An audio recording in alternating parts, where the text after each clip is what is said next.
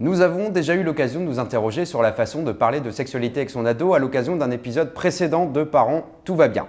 À l'approche de la Saint-Valentin, nous allons cette fois nous attarder plus spécifiquement sur la première fois. Comment, quand on est parent, aider son enfant à se préparer à cette expérience qui constitue encore aujourd'hui un rite de passage vers le monde des adultes. C'est ce que nous allons voir tout de suite avec Fabienne Galère-Rollin, sexologue et sage-femme coordinatrice territoriale, et Laure Hickel, infirmière à la MDR de Bar-le-Duc et étudiante en deuxième année de sexologie.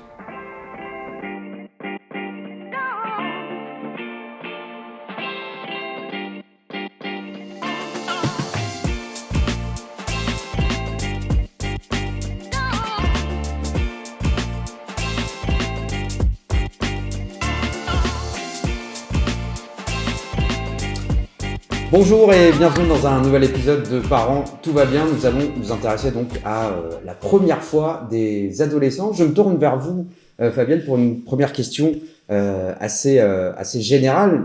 Est-ce que vous pourriez nous dresser un panorama un petit peu des attentes des adolescents d'aujourd'hui, que les adolescents d'aujourd'hui pourraient nourrir à l'égard de cette première fois? C'est un moment évidemment marquant, c'est un marqueur. Bien sûr, c'est un marqueur. Alors, je travaille à la Maison des adolescents depuis 2012, je crois. Je crois bien, alors, c'est ça. Donc, je rencontre de nombreux adolescents qui viennent en consultation ici ou dans le cadre d'interventions dans les collèges, les lycées. J'ai été moi-même mère de 4 adolescents. Les attentes, en fait, elles sont à la fois nombreuses et à la fois très peu nombreuses. Elles se résument... j'espère que ça va bien se passer, j'appréhende, ça me fait un peu peur. Et à côté de ça, derrière le « j'espère que ça va bien se passer », le « derrière j'ai un peu peur », il y a tout ce qu'ils peuvent imaginer, qu'on ne leur a pas dit. Et tout ce qui peut faire partie de l'ordre de leur fantasme, plus ou moins effrayant, directement lié à l'absence d'éducation en sexualité, puisque en France, pour se résumer, la sexualité repose sur 3 concepts. L'enfant n'a pas de sexualité, la sexualité débuterait à la puberté. L'éducation à la sexualité se résume à la gestion des risques tels que la grossesse ou les infections sexuellement transmissibles. Et enfin, le seul support qui est aujourd'hui l'enfant, le grand enfant, je dirais, qui est en fin de CM2, entré en 6e, et l'adolescent, le seul support qu'il ait, c'est les vidéos pornographiques. Donc, ces vidéos, c'est clair, je suis désolée, parents, responsables, éducateurs, je suis désolée de vous apprendre que la plupart des enfants, une grosse majorité, a été exposée soit de façon fortuite ou s'expose de façon régulière à des scènes pornographiques. Donc, cette première fois, vous imaginez bien que, en l'absence de connaissances et de transmission et d'accompagnement, et face à cette exposition à des scènes pornographiques, elle est d'autant plus... elle est attendue, certes, mais elle fait peur, quoi. Voilà. On a parlé effectivement des attentes des adolescents, on va y revenir bien évidemment. Une première question sur les parents, et je me tourne vers vous, Laure, qui êtes infirmière, étudiante en deuxième année de sexologie. La question des craintes finalement, qui concernent notamment les moyens de contraception, les maladies sexuellement transmissibles. Comment aborder comme ça ces thématiques avec les adolescents ? Alors, moi, ce que j'ai pu observer dans mes entretiens, alors tant avec les parents qu'avec les adolescents, c'est qu'effectivement, ça peut faire partie de craintes portées aussi par les parents, mais aussi par les adolescents.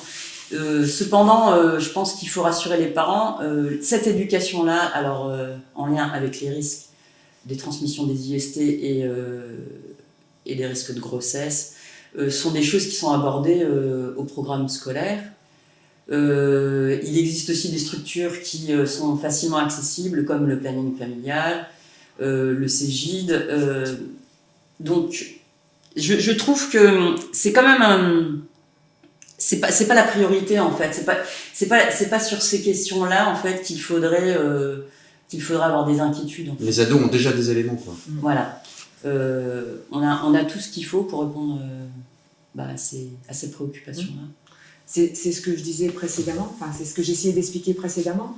Un des axes, un des piliers de l'éducation à la sexualité en France, c'est cette transmission des connaissances sur la gestion des risques pour la sexualité et de reproduction. Donc, pas de grossesse, pas d'infection sexuellement transmissible. Comment faire finalement? Et ça, c'est largement développé dans les écoles, les collèges. Et puis, il y a beaucoup de structures qui accueillent, ce que tu disais, Laura, qui accueillent ces ados, voire même les parents, pour des explications. En revanche, ce qui est important de comprendre, c'est que pour avoir travaillé là-dessus, et mon mémoire pendant mes études de sexologie portait sur justement la compliance à la contraception, eh bien, cette compliance, elle est moindre, alors que tout le monde a accès à l'information, elle est moindre parce que justement, les adolescents cherchent autre chose. C'est-à-dire que tant qu'on ne leur a pas donné les clés pour une sexualité, une santé sexuelle satisfaisante, et là je parle de sexualité érotique, je parle de la sexualité du plaisir, parce que finalement, on en est là. Je veux dire, on a une sexualité, c'est pas quand on est adolescent pour se reproduire, hein. C'est pour éprouver du plaisir, c'est pour partager un moment, c'est pour partager aussi l'affectif, expérimenter, et non pas pour se reproduire. Donc ces clés-là, ils ne les ont pas. Donc ils sont bien au fait de la contraception, bien au fait de la gestion des IST, comment les éviter. Pour autant, ils sont aussi enclins à oublier la contraception, oublier de se protéger, parce que toute leur attention est portée sur comment je vais faire, comment je vais me débrouiller finalement, quand je vais me retrouver nue dans un lit. Voilà, c'est ça le problème. Il y a un autre questionnement, en revanche, qui taraude souvent les parents, c'est celui de l'âge. Y a-t-il un bon âge, j'ai envie de dire, et si on estime que c'est trop tôt dans le développement de son adolescent, comment là aussi aiguiller un petit peu son enfant Alors, l'âge de la première fois, là, Patrick, hein, la question c'est ça. Tout à fait. Alors, l'âge de la première fois, alors bon, déjà, il y a quand même dans les textes de loi une majorité sexuelle qui est établie, en tout cas proposée à 15 ans. C'est le repère que je prends aussi avec les adolescents. Mais toutefois, la question de l'âge, en fait, c'est la dernière question à se poser. La première question que les parents, que les adultes, que les responsables dans notre gouvernement doivent se poser, c'est la question de l'éducation à la sexualité. La sexualité débute quand on sort du ventre de sa mère. Il y a différentes étapes à accompagner qui ne sont absolument pas accompagnées aujourd'hui. Et donc, un enfant qui est prêt pour sa première fois, c'est un enfant qui a toutes les connaissances sur le fonctionnement érotique masculin, le fonctionnement érotique féminin, toutes les connaissances sur son corps, qui connaît son corps, et qui a acquis une confiance en lui depuis qu'il est tout petit, parce que justement, il va maîtriser tous les apports en santé sexuelle, et il va bien connaître son corps, parce qu'il l'aura exploré. Donc, si je vous suis, il y a un rythme qui est propre et spécifique à chacun, et il faut faire fi aussi de cette espèce de pression sociale, on va dire. Alors, il faut absolument faire fi de la pression sociale. Il faut que les étapes de tout petit à tout grand, hein, de 1 an à 18 ans, soient bien repérées par les parents. Il y a des jeux sexuels qui correspondent à chaque âge. À chaque jeu, il y a des règles du jeu à respecter.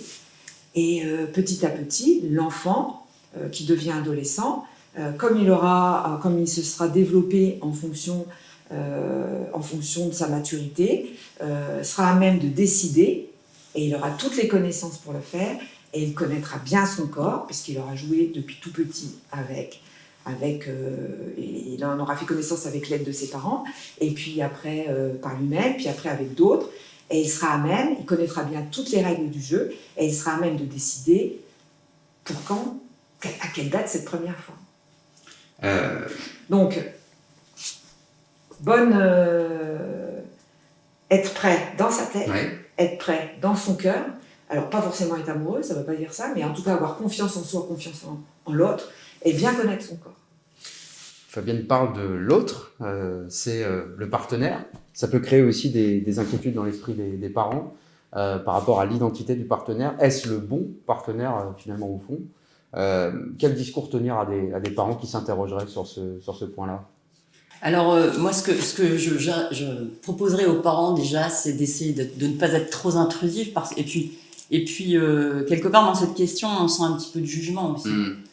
Et déjà, la première chose, je pense, qui est important de ne pas faire, mais dans toute situation, finalement, c'est d'essayer de ne pas réagir, de surréagir et de réagir trop violemment. Alors après, il y a aussi le contexte, que c'est quelquefois aussi, les parents n'ont pas complètement tort. C'est tentant d'être intrusif en même temps. Mais évidemment, c'est aussi pour protéger, mais moi je pense que, comme disait Fabienne, si l'enfant il a en gros son permis, on peut imaginer que l'éducation à la sexualité c'est en fait l'obtention d'un permis, au même titre que le permis de conduire, finalement, on a appris à faire les choses et à les comprendre pourquoi on les faisait. Et quelque part, quand nos enfants ont toutes les connaissances je pense qu'il faut leur faire confiance et qu'ils sauront se rendre compte si la personne est réellement bonne ou pas. Au fond, là, on parle beaucoup des parents, mais est-ce que finalement ils sont les mieux placés en guise d'interlocuteurs pour toutes ces questions, tous ces questionnements-là? Est-ce qu'il faut se tourner éventuellement vers d'autres interlocuteurs? Je crois que Fabienne a évoqué le planning familial, le CEGID, par exemple. Alors, je pense qu'il n'y a pas réellement de règles. Bon, ce qui est important quand même, c'est de se rendre compte qu'il y a une part de responsabilité quand même qui incombe aux parents. Mais je pense que déjà, ça demande déjà d'être à l'aise soi-même pour aborder ces questions-là. Parce que si on n'est pas à l'aise, on ne va pas être adroit et on risque en fait de mal s'y prendre et qu'il y ait des conséquences.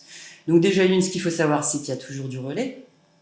Si on n'est pas assez à l'aise avec les questions de la sexualité, il existe des relais, donc la maison des adolescents, le planning familial, enfin voilà, et en plus, comme tous ces gens-là travaillent en partenariat, ils trouveront toujours un endroit où réorienter les gens. Mais si on ne se sent pas soi-même, il faut avoir le courage, j'allais dire, d'orienter. C'est ça un peu votre propos? Déjà, il faut être humble. Je veux dire, on ne peut pas être bon dans toute chose et je pense qu'il ne faut pas hésiter à aller demander un relais. Mais par contre, c'est quand même... je pense que dans toute étape, dans le rôle des parents, dans toute étape de la vie, du développement de son enfant, il faudrait un moment se poser cette question-là. D'essayer, est-ce que je vais pouvoir être suffisamment ouvert pour aborder cette question-là sans être intrusif, en évitant aussi le jugement et puis demander de l'aide si besoin. Toutefois, je rebondis sur ce que dit Laure, parce que ça me paraît important. Si l'éducation, j'insiste, mais je pense que c'est essentiel que le monde adulte s'approprie cette idée-là. À partir du moment où l'enfant a été éduqué depuis tout petit, connaître son anatomie, à connaître son corps, un enfant éduqué est un enfant protégé. Il aura d'autant moins de difficultés à aborder d'une manière très généraliste la question de la première fois avec son adolescent. Les parents sont responsables. Bien sûr qu'ils peuvent orienter l'enfant, l'adolescent, s'ils ne se sentent pas de parler de sexualité avec eux. Toutefois, c'est d'autant plus difficile qu'ils n'en ont jamais parlé avant, de 0 à 10, 12 ans, et que tout d'un coup, ils se lancent dans l'histoire. Et donc, les parents sont responsables de l'éducation de leur enfant, de leur adolescent, et à ce titre, ils devraient se former à l'éducation à la sexualité. Alors, ils n'y sont pour rien, il n'y a pas de programme pour eux, et aujourd'hui, depuis quelques années, les sexologues sont appelés pour former les professionnels de santé, pour former les professeurs de collège, de lycée, pour former au niveau de l'éducation nationale. Donc, les parents, et eux, ils découvrent, les professionnels de santé, sages-femmes, gynécologues, médecins généralistes, infirmières, découvrent ce qu'est l'éducation à la sexualité érotique. Donc, les parents aussi, je pense qu'ils découvriraient, mais encore faut-il promouvoir cette idée qu'ils doivent se former et les inviter à se rendre auprès d'un sexologue, parce qu'il n'est jamais trop tard pour avoir de l'information et pouvoir délivrer cette information à son enfant, à son ado, sans pour autant être intrusif. En général, chez les filles, voilà ce que tu dois savoir. En général, chez les garçons, voilà ce que tu dois savoir. Après, il n'est pas question là de rentrer dans l'intimité. Pour toi, comment ça se passe, t'as choisi qui? Tu vas faire quoi? Non, c'est pas ça. C'est pas ça l'éducation à la sexualité. C'est d'accompagner le jeune pour que le jeune ait toutes les connaissances, qu'il se sente suffisamment en confiance le jour où il a un problème. Je sais pas, qu'il s'expose par exemple sur un réseau nu, ou puis qu'il se rende compte qu'il s'est fait avoir et qu'il vienne dans un second temps dire au secours, maman, au secours, papa. Voilà, c'est ça que les parents doivent rechercher. Parce que dans l'adolescence, il y a de toute façon l'exploration des va-et-vient. Voilà. Donc on assure l'accompagnement, on assure les connaissances, on assure l'éducation, mais on doit aussi accepter ces va-et-vient qui font que l'ado ou l'enfant, l'ado ne sera pas toujours exactement comme on voudrait qu'il soit. Je ne sais pas si je suis claire. On a compris. Voilà. On a bien compris. Je reste avec vous, Fabienne, sur la question de l'éventuelle différenciation en fonction des genres. On est en 2021 et on se dit que souvent les parents vont encore être plus inquiets finalement pour la première fois de leur fille que pour celle des garçons. Alors, est-ce que c'est légitime? Oui, tout à fait. Je vais vous dire pourquoi c'est légitime. Alors là, pour le coup, c'est une question qui m'est chère, et puis je la revendique. C'est vrai. Je revendique en tout cas la réponse. C'est vrai que les parents sont plus inquiets pour la première fois de leur fille que pour les garçons, pour la simple et bonne raison que les filles, contrairement aux garçons, n'ont aucune connaissance de leur partie génitale. C'est-à-dire qu'aujourd'hui, vous demandez à une fille si elle s'est déjà regardé la vulve, si elle s'est déjà touchée, elle a 14, 15, 16, 17, 18 ans, 19 ans, dans 75% des cas, elle vous dit non, qu'elle ne s'est jamais regardée. Donc on part de plus loin quelque part. On part de très loin, et les parents le savent, puisque la mère, elle sait qu'elle n'a pas éduqué quand la petite avait 3 ans, par exemple. La mère sait très bien qu'elle ne l'a pas invitée à se regarder avec elle, lui expliquer, ça c'est ton trésor, c'est ta vulve, personne n'a le droit d'y toucher, sauf toi, c'est ton intimité. Et tout ce travail-là n'a pas été fait, tout ce travail d'éducation n'a pas été fait.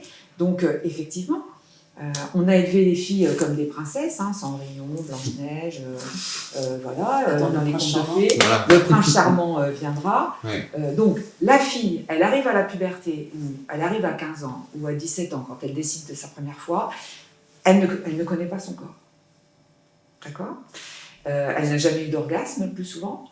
Le garçon, lui, il n'a pas été éduqué plus que la fille, mais il a cette chance-là d'avoir des parties génitales externes, visibles. Et lui, il sait très bien jouer avec son sexe depuis qu'il est tout petit. Parce que même si on lui a mis une tape sur la main en disant « ne touche pas, c'est sale, ça se fait pas », il l'a retrouvé, son pénis. La fille, une fois, on lui fait ça, à 2, 3 ans, 2 fois, 3 fois, et hop, terminé, elle n'y revient plus. C'est fini. Son corps s'arrête au niveau du nombril. Donc cette crainte, elle est légitime, parce que les parents, quelque part, et surtout la mère, le sait. Mais quelquefois aussi parce que les mamans ne s'observent pas elles-mêmes. Oui. Parce que finalement, on en discute quand même assez souvent de cette éducation à la sexualité que les adolescents doivent bénéficier, mais finalement on se rend compte que les adultes ne sont pas plus... Aujourd'hui, tu demandes à une femme de 30 ans, à une ado de 17 ans, à un jeune garçon de 14, de 19, de 40 ans, tu lui demandes de nommer le sexe de la femme, il te répond tout, sauf un vagin. Donc la vulve n'existe pas. Laure, une question que nous a envoyée une maman, j'aimerais vous lire, j'aimerais vous soumettre.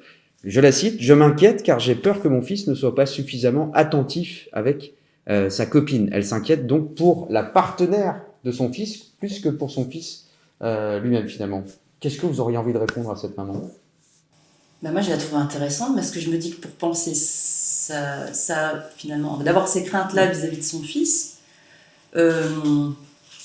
soit finalement, il n'y a pas de jugement, parce que ça pourrait être quand même un petit peu jugeant ce que je vais dire, mais soit finalement, elle ne connaît pas son fils.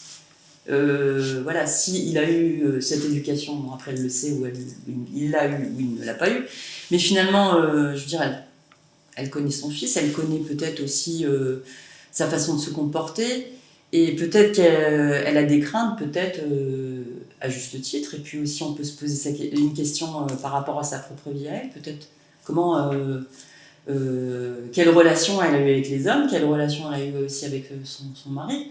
Donc je pense aussi que là encore c'est encore un exemple de peut-être de craintes qui sont comment dirais-je, lié à une méconnaissance quelque pas part. liées à une méconnaissance, mais peut-être tout simplement encore avec la responsabilité des adultes. Peut-être que cette femme-là, elle a un mari qui est peut-être assez rigide, dans des vieux schémas, je sais pas. Mais Alors, moi, de façon peut-être moins, sans aller dans les détails, dans le fonctionnement érotique masculin, l'excitation génitale monte très rapidement. Pour qu'un garçon soit excité, donc pour qu'il soit en érection, il faut moins d'1 minute. Chez la fille, l'excitation génitale est beaucoup plus longue à venir. Il faut au moins 20 minutes de préliminaires. Et les préliminaires, ils sont essentiellement du registre sensoriel, hein, le toucher, les caresses. Donc, la question, elle est extrêmement intéressante puisque c'est typiquement la réponse qu'on pourrait donner à cet moment, c'est-à-dire d'expliquer qu'en règle générale, les filles, elles ont besoin de tendresse et de chaleur et de beaucoup de caresses pour pouvoir être excitées ou pour pouvoir ressentir du plaisir. Et que le garçon, lui, en a besoin de beaucoup moins pour obtenir son plaisir. Ça, c'est typiquement, quand je dis typiquement parce que ça revient très souvent, c'est assez caricatural, le fonctionnement érotique masculin, le fonctionnement érotique féminin, c'est 2 éléments que chacun devrait connaître. Je rebondis sur vos propos et justement pour ne pas non plus faire dans la caricature, mais une question quand même qui se pose, c'est la peur que les garçons puissent ne pas respecter les jeunes femmes et qui serait liée à la pornographie quelque part. Voilà, comment faire le distinguo entre la vraie vie et les représentations sociales qui peuvent être véhiculées. Alors, c'est ce que je disais en introduction. Hein. Le seul support qu'est aujourd'hui les jeunes, le seul support, c'est la pornographie quasi. Donc, évidemment, ils sont pour les premières fois j'imite dans un copier-coller. Je regarde, bon, je vais tenter une première fois, donc c'est comme ça que ça se passe, et donc dans le porno, il n'y a pas de caresse, il n'y a pas de sensualité, donc cette inquiétude, elle est réelle. D'où l'idée, d'ailleurs il y a un très bon site, des petites vidéos pour l'éducation sensuelle, c'est www.educationsensuelle.com. J'invite les parents à aller regarder ce site, c'est 7 mini-vidéos sur le premier baiser, enfin le baiser, et les caresses sensuelles, qui sont des vidéos que je regarde avec les ados, et on fait des comparatifs avec justement les films pornographiques qu'ils regardent, donc ils peuvent mesurer la différence entre ce qu'est la sensualité et comment amener le plaisir chez chacun, et ce qu'est le porno qui est quand même assez ciblé sur fléché pénétration, hein, gros plan, sans émotion, sans sensualité. Donc, à partir de ce site-là, les parents pourraient proposer à leur garçon, à leur fille, au moins de le regarder et de leur expliquer que les préliminaires, c'est ça, c'est de la sensualité. C'est pas une fellation ou une sodomie, ou un cunnilingus. Laure, je reviens vers vous pour parler d'un autre point qui revient dans l'esprit des parents, ce sont les complexes physiques, la peur de ne pas être à la hauteur, si je puis dire. L'expression est sans doute maladroite, mais vous aurez compris l'idée. Comment on peut être rassurant avec un adolescent, une adolescente qui ressentirait ça? Alors, vous allez peut-être croire que je suis toujours en fait en train de chercher des pouces sur la tête des parents, mais j'ai envie de dire aussi, ce sont des choses qui sont assez visibles chez les parents. On reproduit finalement. On l'entend, les mamans qui veulent pas se mettre en maillot de bain sur la plage parce qu'elles se trouvent trop grosses. Donc déjà, quelque part, la jeune fille, ça lui est déjà induit en fait qu'il faut déjà être magnifique sur la plage. Même si on a des kilos en trop, enfin. Donc, après, il y a aussi cette pression de tout ce qu'on peut voir aussi à la télé ou dans les revues, sur Internet, les corps parfaits qui sont retouchés. Ça, c'est sûr que ça entretient les complexes. Comment on déconstruit ça du coup, alors comment on peut œuvrer? Déjà, c'est ce que je vous dis, déjà en étant... le fait ce que je dis, faites pas ce que je fais, c'est assez limite. Donc déjà, en tant que maman, déjà d'être dans un discours où on croit ce qu'on dit, dire à sa fille mais non, tu es belle, même si tu as quelques kilos en trop, c'est pas grave, t'es jolie aussi, tu as des rondeurs, c'est plutôt joli à regarder. Mais si on n'en est pas convaincu soi-même aussi, c'est difficile de faire passer un message qui est cohérent en fait, et qui est reçu dans ce sens, quoi. Oui, donc Laure, je voulais rebondir sur ce que tu dis. En consultation, je les rencontre, ces ados. Alors déjà, l'adolescence, c'est comme une question, c'est une transformation corporelle, entre autres. Et donc, toutes ces questions sur mon nez, mes seins, mon pénis, mes fesses, mes hanches, mes pieds, mon nez, on a fait le tour, elles se posent. C'est important d'expliquer à l'ado, quand il parle de son nez, que c'est lui qui voit son nez comme ça, c'est lui qui voit, en revanche, l'image qu'il renvoie n'est pas forcément celle qu'il perçoit chez lui. Et on travaille énormément là-dessus, et on travaille sur les lignes de force. C'est-à-dire qu'un ado, je prends une adolescente qui a des rondeurs, les rondeurs, ça peut être très beau. Donc, en consultation, on va travailler la démarche, on va travailler le regard, on va travailler les couleurs qu'elle choisit pour s'habiller, et on va travailler ça avec elle ou avec lui, parce que ça m'arrive aussi avec les garçons, même plus souvent avec les garçons qu'avec les filles. Et petit à petit, l'ado va s'ancrer dans sa séduction.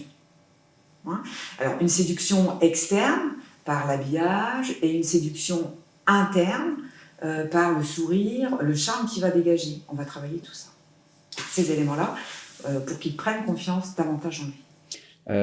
On a parlé des complexes, j'ai envie de dire, à l'inverse, et à l'extrême opposé, il y a des jeunes filles qui paraissent parfois plus libres aujourd'hui en 2021 qu'à une certaine époque.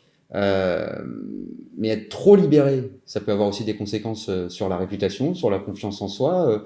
Comment on accompagne une jeune fille, par exemple, qui serait confrontée à ça? Nous sommes tous libres, en fait. Je pense que, en revanche, on est libre de faire en sexualité ce qu'on veut à partir du moment où on se respecte soi et qu'on respecte l'autre. Les jeunes filles qui se retrouvent sur l'échafaud des critiques, je dirais, ce sont des jeunes filles qui se sont exposées. C'est-à-dire qu'elles ont, et à chaque fois c'est ça, elles ont exposé ce qu'elles faisaient avec d'autres, elles ont exposé leur jeu sexuel, elles ont exposé leur corps, et donc les retombées sont celles que vous décrivez, c'est-à-dire remarques, réputation de filles faciles, etc. Donc le boulot du sexologue, le boulot de la maison des ados, c'est de leur expliquer ça. C'est que l'intimité, ça reste l'intimité.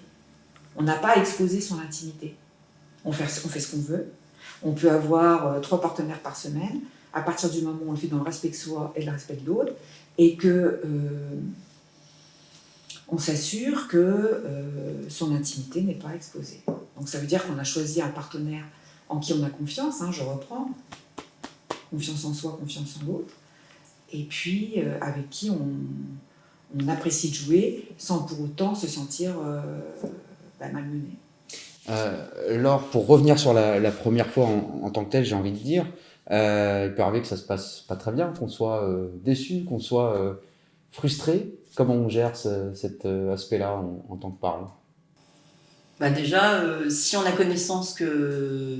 Il faut déjà être satisfait si notre adolescent, après avoir eu sa première relation sexuelle, vient nous voir pour nous dire « je suis déçu » ou « je suis satisfait », c'est que déjà il y a un dialogue qui est déjà très satisfaisant, qui est instauré entre les parents et l'enfant. Je pense que dans un dialogue, déjà il faut savoir en quoi l'adolescent a été déçu, parce qu'il y a des choses aussi qu'il faudrait vérifier, c'est si il n'y a pas eu de violence, de choses qui ont été imposées, et puis tout simplement questionner, mais sans être trop intrusif, en quoi le jeune a été déçu, et puis quelque part on peut aussi expliquer que la sexualité c'est un apprentissage, que les pratiques ne se font pas du jour au lendemain, et en fait comme on est dans un apprentissage, ça ne peut que en principe s'améliorer, et les choses peuvent être de plus en plus agréables. Justement, par rapport à ce que vous évoquez, dans le cas où un adolescent, il s'avérerait qu'il se soit senti comme ça, un peu abusé, un peu forcé. Comment la première chose donc, de ce que j'ai pu observer, ce qui est important, c'est vraiment même si c'est compliqué, si à un moment on pense que notre adolescent a été, on va dire, abusé ou violenté sexuellement, il faut essayer de garder, dans la mesure du possible, son contrôle, quoi. Parce que si on surréagit et qu'il y a vraiment trop d'émotions, quelque part, à un moment, l'adolescent, pour protéger souvent ses parents, en fait, va se taire. Enfin, va se taire, ou va moins en dire, ou va minimiser les choses, et en fait, on n'aura pas le recueil de ce qui s'est réellement passé. Je sais pas... Moi, ce que je pense, c'est toujours en lien avec cette absence d'éducation à la sexualité. Moi, j'ai de nombreuses jeunes filles qui se présentent en consultation, ou même en dehors du cadre de la consultation, qui ont un goût amer avec leur première fois ou avec les autres fois. Et en fait, quand on creuse, elles se sont senties abusées parce qu'elles n'ont pas osé dire non. Et elles n'ont pas osé dire non parce que elles ne connaissaient ni leur corps, ni avaient les connaissances pour se lancer dans une expérience sexuelle.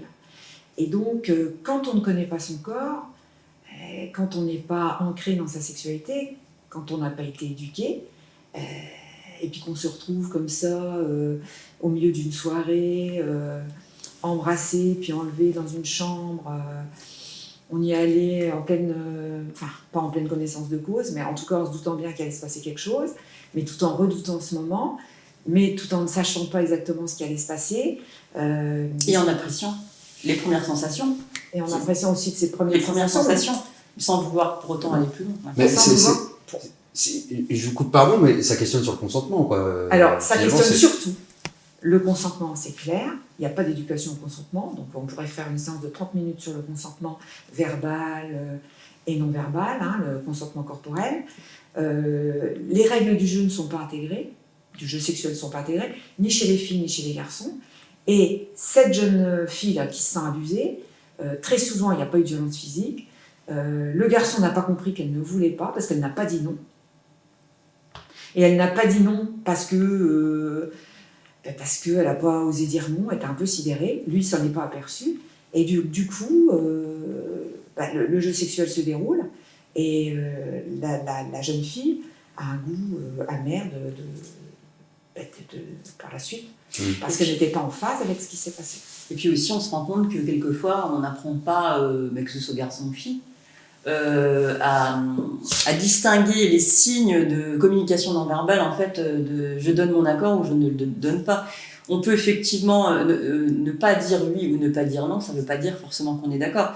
Mais il faut apprendre aussi aux adolescents à reconnaître les signes. Les signes où on est dans la participation de ce qui se fait. Quelqu'un qui n'a pas envie, qui reste figé, on s'arrête là. En fait. En tout cas, le consentement, il est double. Il y a est-ce que tu es prêt ou est-ce que tu es prête ? Oui, non. À plusieurs étapes du jeu sexuel d'ailleurs. La dernière étape étant celle de la pénétration, hein, parce qu'on peut être prête à être embrassée, être prête à être caressée, et puis pas être prête à être pénétrée. Bien sûr. Donc voilà. Et puis, comme le dit Laure, tous ces signes corporels qui permettent de voir si l'autre a envie de jouer ou pas. Parce que c'est vrai que dans ces histoires en fait de violences sexuelles qu'on a pu accompagner à la maison des adolescents, on a souvent des jeunes garçons qui pensent ne pas avoir été avoir respecté le consentement, tout simplement parce que des fois ils l'ont demandé. Est-ce que tu es d'accord? Et ils n'ont pas eu de non. Des fois ils n'ont pas eu de réponse, mais quelque part c'était comme si l'accord avait été posé. L'absence de réponse, par contre, signifie que le désaccord. À ce moment où la question est posée, l'absence de réponse signifie le désaccord.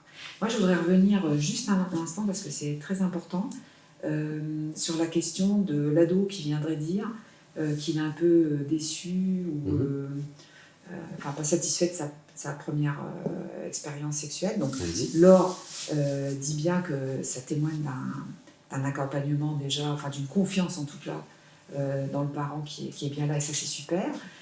Ce qui est important de dire à l'ado, c'est que au-delà de connaître les motifs, c'est que comme vous le disiez, le jeu sexuel, les habiletés érotiques s'expérimentent, c'est toute une vie d'expérimentation. On n'est pas doué une première fois, voilà, parce que la première fois, c'est la première fois, et il y en aura d'autres, et on expérimente, et on explore, et en fonction du partenaire, de la partenaire, on découvre de nouveaux jeux. Voilà. C'est pas inné, la sexualité érotique, c'est vraiment un apprentissage. Et en ce qui concerne la sensation, l'amertume, là, la frustration, la frustration, elle est aussi liée souvent à l'absence d'éducation. Et je ne connais pas mon corps, je ne me suis pas touchée, je ne connais pas les sensations que je pourrais vivre, puisque je n'ai pas, en fait, d'auto-érotisme. Voilà. Merci à toutes les deux. Je voulais juste dire que la dernière fois, j'avais une jeune fille qui m'a, en fait, qui a eu tout à fait cette situation-là. En fait, elle avait été très déçue de ses premières relations sexuelles, parce que son seul élément de comparaison, enfin, où elle s'était projetée dans la sexualité, c'était en regardant les films. Quand on regarde les ébats amoureux dans les films où c'est fougueux, où forcément la femme elle prend du plaisir et que l'homme est excité terriblement, enfin voilà. Donc c'était son élément, donc forcément, évidemment, elle a été déçue. Ouais. En plus, ça avait des conséquences, parce que du coup, elle s'est appropriée, en fait, le fait que ce ne soit pas comme ça, elle se l'est appropriée. Elle a rien, voilà. Merci à toutes les deux, merci Fabienne, merci Laure. On se retrouve rapidement pour un prochain épisode de Parents, tout va bien.